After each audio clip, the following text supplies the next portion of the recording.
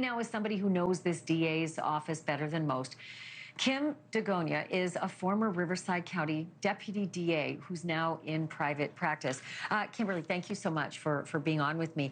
Do you know any other details about this Perkins operation? Like, do you know if they used a law enforcement officer as the inmate plant, or did they use a jailhouse snitch as the inmate plant?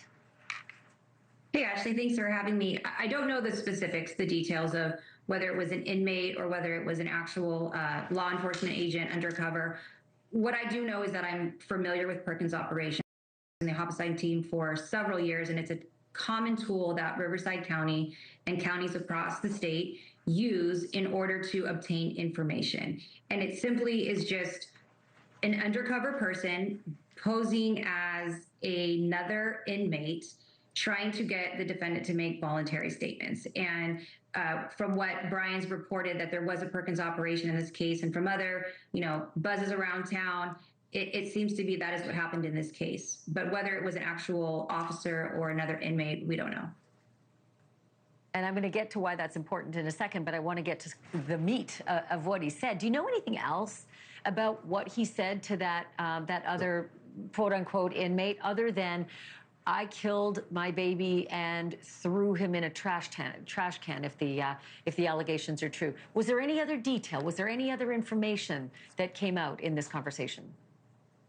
No, the information that I have is from the sources that Brian's reported from here on NewsNation, that it seems that there was another crime scene. I think Mike Hestring confirmed that in his news conference today. Clearly, the crime scene that happened on the weekend was not the actual crime scene. He made it very clear there's a strong indication they know where the body is, which leads one to believe that there's a strong indication they know where it's at. And that's the same information that I have received, that they are roughly aware of where the body is, but it's going to be hard to locate.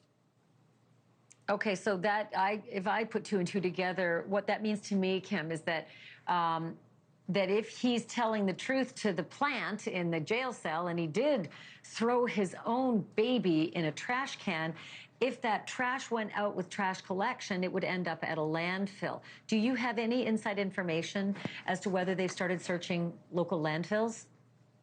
No, I don't have any information as to whether they've began searching actual landfills. All I know is what Mike reported on today at the news conference, that they have a strong suspicion and indication of where they are looking.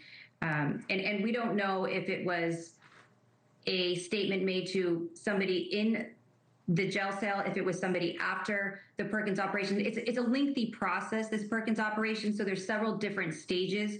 So the incriminating statements that Jake made could have been anywhere along the process of this operation, the beginning while in the cell with the inmates, or it could have even been made possibly after to the investigators. We don't know, but we just know that statements were made. Yeah, I hope that they pile a whole bunch more charges on him if the pictures we're seeing right now were just a big old wild goose chase for lying to the authorities, tying up all of these good men and women's time, energy, and resources on what may end up to be once again, a big fat lie. Last question, Kimberly, I only have 30 seconds left. The legal issues that stem from the Perkins operation, if it's a law enforcement officer that they put in there in jailhouse garb, who gets that admission, I won't say confession, I'll say admission, isn't that problematic if the defendant has already invoked his Fifth Amendment right to remain silent to authorities? Or does it matter because he's talking out loud to anybody and it might be an authority? Right, that's exactly right, Ashley. This tool has been around since 1990. It came about in a Supreme Court case called Illinois v. Perkins, and that very issue was decided. When you are in a cell, you do not have a privacy right. So if you are voluntarily giving statements to somebody whom you believe is another inmate, those statements can be used against you if they're incriminating, and it looks like that's what happened in this case. Even if what you believe isn't true, it's actually a law enforcement officer. Watch for this one. Kimberly DeGonia, thank you so much for being on. Really appreciate this. Sure, you're welcome. Thank you for watching. Subscribe below and download our NewsNation app right now on your phone, and you will get fact-based, unbiased news for all Americans.